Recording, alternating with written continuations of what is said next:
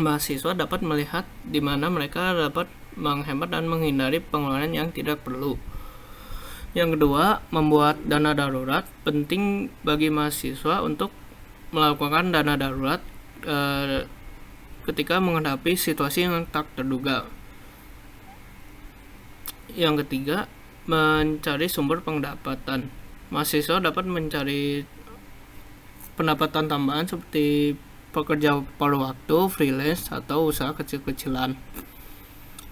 Setelah itu, identifikasi kebutuhan dan keinginan. Ada 4 poin, yaitu yang pertama, perbedaan kebutuhan dan keinginan.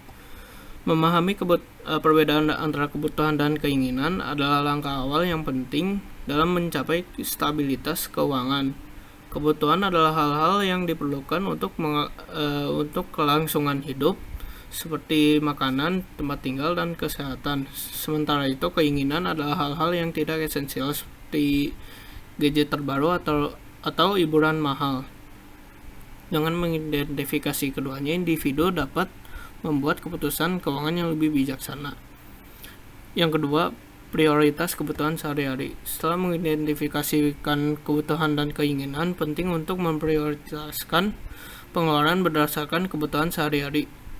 Fokuslah pengeluaran kita untuk mendukung kesehatan dan kesejahteraan, seperti makanan bergizi dan perawatan kesehatan. Dengan begitu, kita dapat menghindari pengeluaran yang tidak perlu untuk barang-barang yang hanya diinginkan. Yang ketiga, evaluasi kembali pengeluaran secara berkala. Lakukan evaluasi terhadap pengeluaran kita.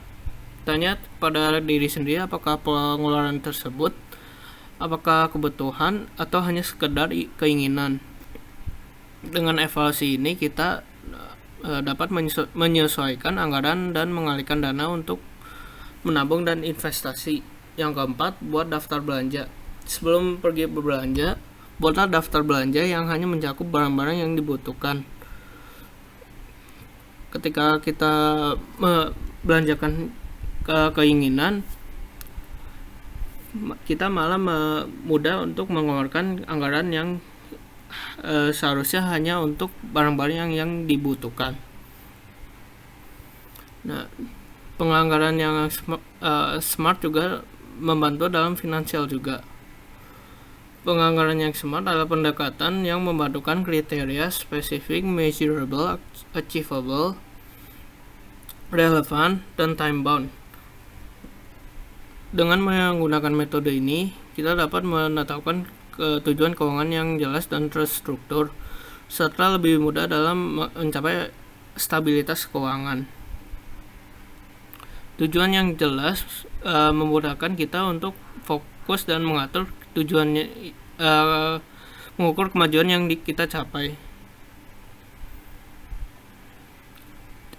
Kita tidak lupa juga untuk memonitori pemasukan dan pengeluaran. Memonitor pemasukan dan pengeluaran adalah langkah penting untuk mengelola keuangan pribadi dengan mengetahui dengan jelas berapa banyak uang yang keluar dan masuk. Kita dapat mengidentifikasikan area di mana kita dapat menghemat dan meningkatkan tabungan. Untuk memudahkan pemantauan keuangan, pertimbangkan menggunakan aplikasi keuangan yang dapat membantu kita mencatat pengeluaran dan pemasukan. Aplikasi keuangan juga sering dilengkapi dengan fitur analisis serta memberikan wawasan tentang kebiasaan belanja kita. Terus membuat laporan keuangan bulanan juga dapat membantu kita melihat gambaran besar serta kondisi keuangan kita. Dalam laporan ini catat semua pemasukan dan pengeluaran serta perbandingan dengan anggaran yang telah ditetapkan. Karena itulah pentingnya menabung dan investasi secara teratur. Itu adalah fondasi untuk mencapai stabilitas keuangan.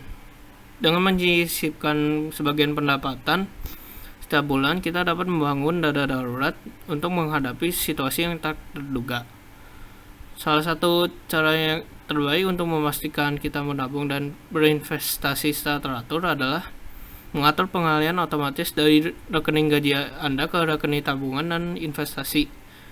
Dengan cara ini, kita tidak perlu memikirkan setiap bulan berapa banyak yang harus disisihkan. Nah, investasi sendiri adalah cara yang efektif untuk membuat uang kita tumbuh seiring waktu. Dengan memulai investasi sejak dini, kita dapat memanfaatkan efek compounding dan pertimbangan untuk berinvestasi dalam instrumen keuangan yang sesuai dengan profil risiko kita, seperti saham, obligasi, atau reksadana.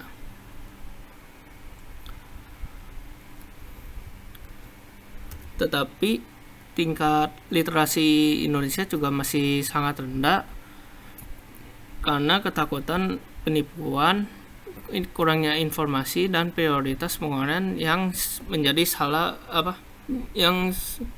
pengeluaran yang salah menjadi penghambat. Strateginya harus gimana? Yang pertama, memahami profil resiko. Yang kedua, mengenal nilai waktu uang. Yang ketiga, investasi sebagai sarana akumulasi kekayaan. Dan keempat, beragam investasi di pasar modal. Pasar modal itu berperan penting dalam menyediakan sumber biaya dan menciptakan lapangan kerja dan mendorong pertumbuhan bisnis. BEI dan OJK bekerja sama untuk mengatur dan mengawasi pasar modal.